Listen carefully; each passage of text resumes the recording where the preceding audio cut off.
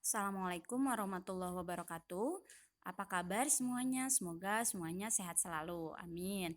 Mari kita mulai pembelajaran hari ini dengan mengucapkan basmalah. Bismillahirrahmanirrahim. Baik anak-anak, kemarin kita sudah belajar mengenai macam-macam pernapasan, sistem pernapasan pada hewan, ya. Hewannya bermacam-macam, ada vermes, ada pisces, ada aves, ada insekta, ada mamalia, ada reptilia, dan ada amfibia. Nah, sekarang kita akan mempelajari sistem pernapasan pada manusia. Sistem pernapasan pada manusia terdiri dari berbagai macam organ pernapasan. Nah, organ pernapasan ini di dalam tubuh manusia ada bermacam-macam. Apa saja organ pernapasan yang ada pada tubuh manusia, pada sistem pernapasan manusia, kita lihat ya. Yang pertama, hidung. Nah, kalian bernapas dengan menggunakan hidung kan? Hidung itu adalah rongga atau tempat keluar masuknya udara. Jadi udara masuk ke dalam tubuh kita melalui hidung. Di dalam hidung terdapat rambut-rambut pendek dan tebal atau rambut-rambut halus yang berfungsi untuk menyaring dan menangkap kotoran yang masuk bersama udara agar tidak masuk ke dalam paru-paru kita. Nah, kalian di dalam hidung pernah tidak menemukan adanya kotoran hidung? Atau biasanya apa kalian menyebutnya upil? Ya. Nah, itu merupakan hasil saringan kotoran yang dilakukan oleh rambut-rambut yang ada di dalam rongga hidung. Selain itu, udara juga yang masuk dilembabkan oleh selaput hidung. Makanya ada lendir-lendir yang di dalam hidung yang berfungsi untuk melembabkan udara. Yang kedua ada faring. Faring itu adanya di sebelum tenggorokan, ya. Nah, ini merupakan persimpangan antara saluran pernapasan dan saluran pencernaan. Jadi pernapasan ada di depan, pencernaan ada di belakangnya saluran pernapasan. Paham ya? Jadi makanya kita tidak mungkin ketika kita minum masuknya ke dalam organ pernapasan, pasti ke dalam organ pencernaan. Kalau misalnya kita minum lalu masuk ke dalam organ pernapasan airnya, maka kita akan tersedak atau keselak. Nah, keselak itu akibat dari masuknya air atau makanan ke dalam organ pernapasan. Tapi tubuh kita meresponnya dengan baik.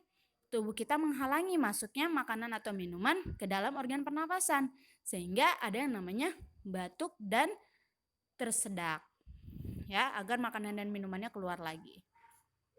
Karena bahaya kalau makanan dan minuman masuk ke dalam paru-paru, nanti tidak bisa bernapas, ya. Yang selanjutnya adalah laring. Kalau yang laki-laki, kalian coba lihat tenggorokan bapaknya atau tenggorokan bapak-bapak yang pernah kalian lihat. Itu di lehernya ada yang namanya jakun yang menonjol. Nah, itu adanya di belakang faring. Ya, itu merupakan susunan tulang-tulang rawan. Fungsinya untuk apa? Itu biasanya untuk suara, ya. Selanjutnya ada trakea. Trakea ini atau yang disebut dengan tenggorokan.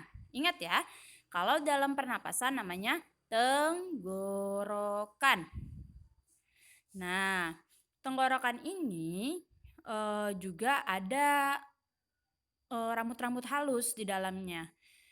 Yang berfungsi untuk apa? Berfungsi untuk menyaring lagi. Setelah disaring udaranya oleh bulu-bulu hidung, kemudian disaring juga oleh bulu-bulu yang ada di dalam tenggorokan, rambut-rambut yang ada di tenggorokan.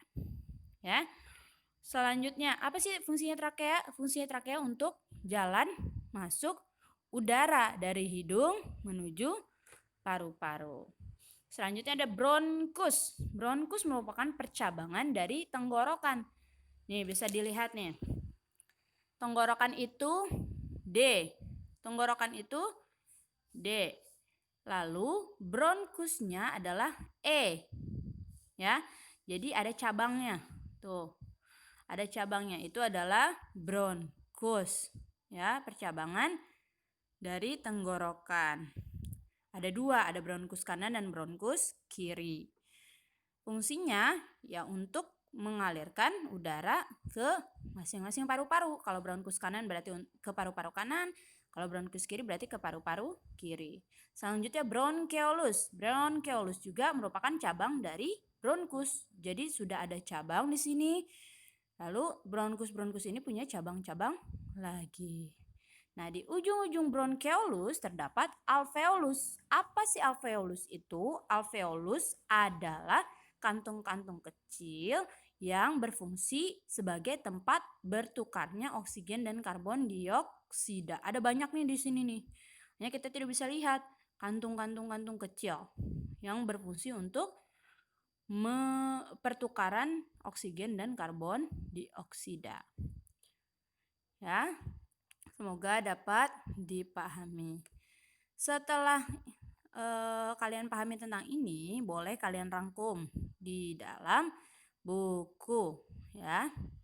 Setelah itu, kita lihat tentang tangga nada diatonis mayor.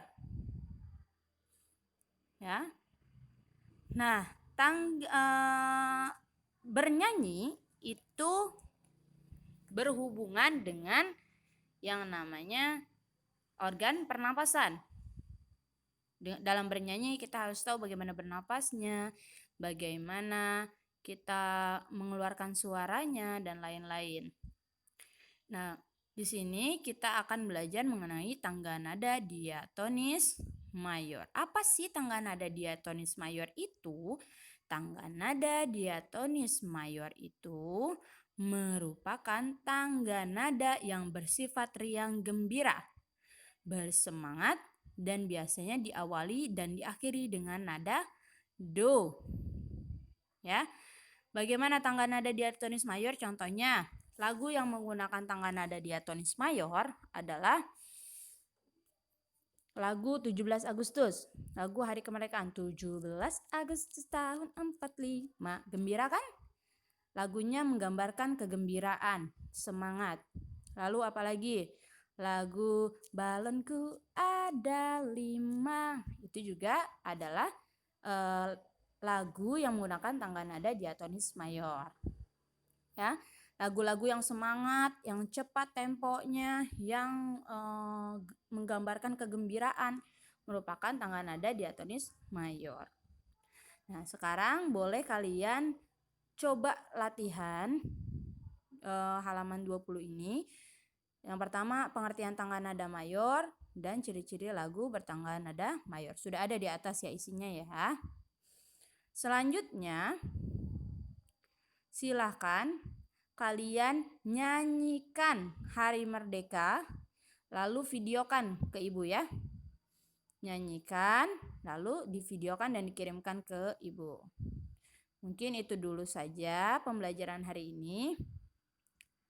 Nanti besok kita akan belajar mengenai bagaimana cara menuliskan kalimat tanya atau menemukan informasi penting dalam sebuah teks.